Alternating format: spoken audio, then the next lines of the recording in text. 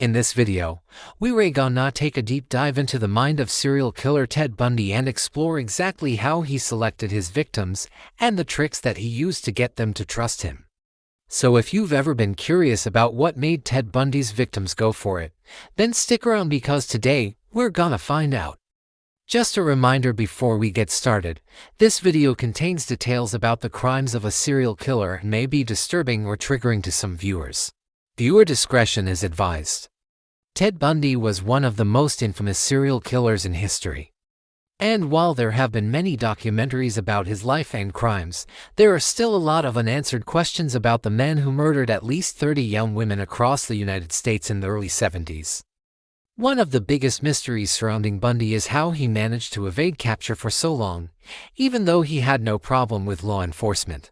And while it's easy to focus on the brutality of his crimes, what's perhaps even more fascinating is how Bundy chose his victims. Throughout his trial, Bundy maintained that he couldn't recall how many women he killed, but he did say that he believed the number was somewhere between 15 and 30. What is most important to note here is that all of his victims were young women, specifically young women who fit a particular description.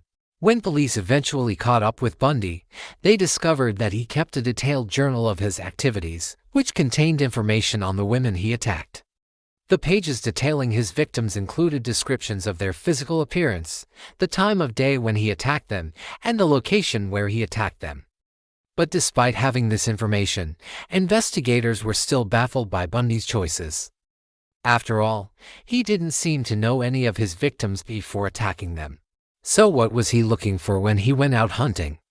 The first thing you should know about Bundy's victims is that he targeted independent thinkers.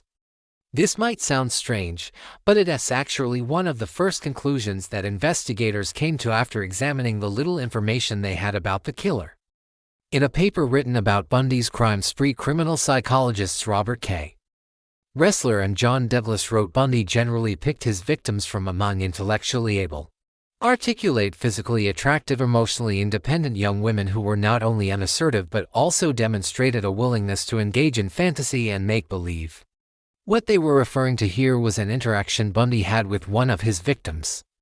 Before killing her, Bundy asked one of his victims, a woman named Carol Darrange, why she had chosen to spend the evening alone instead of going out with her family or friends.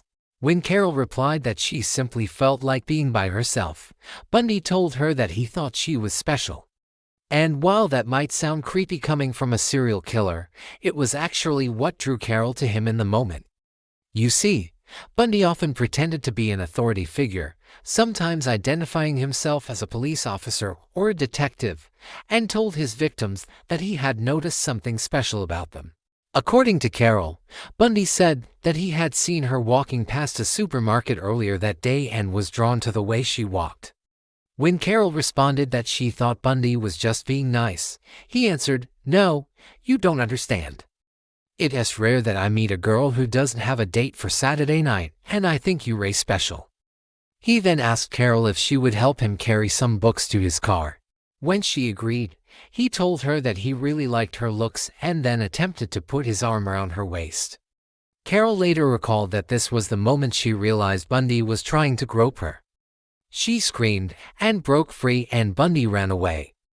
Although this was one of the only times Bundy was successful in his attempts to lure a victim, it was a significant event because it revealed his modus operandi. While Bundy claimed to be attracted to his victims, he was really looking for a submissive partner who he could dominate. And although he was often charming and charismatic when talking to his victims, this was all part of his plan to gain their trust. He wanted to lull them into a false sense of security so that they would let their guard down. And Bundy was very good at what he did. Most of the women he approached didn't feel threatened by him, and according to those who knew him, he had a disarming smile and an easy charm about him that made it hard not to like him. Another common trait among Bundy's victims was that they were all somewhat naive. He specifically targeted women who were friendly with strangers and trusting of authority figures. And although his victims came from different backgrounds, they all shared one thing in common: they were innocent. Bundy was known to frequent bookstores and libraries, places where intellectual young women would feel safe and comfortable.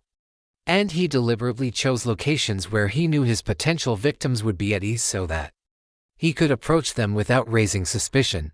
He would scope out his hunting grounds beforehand, carefully selecting the perfect spot where he could strike without drawing attention to himself. But even with all of these factors working in his favor, Bundy was still unsuccessful in choosing his victims. Despite fitting the description of his ideal target, many of the women he approached didn't go with him willingly. And while Bundy was eventually able to overpower these women, he was not always successful. In fact, one of his victims, a woman named Karen Sparks, told police that she had been stalked by Bundy for several days before he finally attacked her. She described him as persistent and noted that he was always close by whenever she went out in public. Eventually, Bundy followed Karen home from a grocery store and attacked her as she opened the door to her apartment.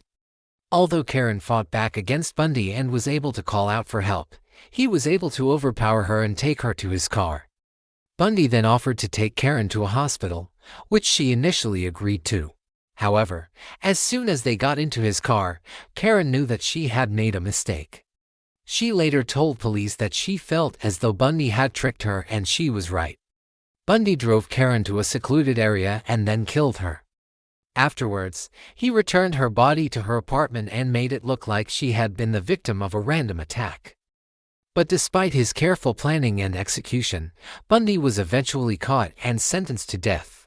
And although he appealed his conviction, he was executed in the electric chair in 1989. There is no question that Ted Bundy was one of the most evil people to ever live.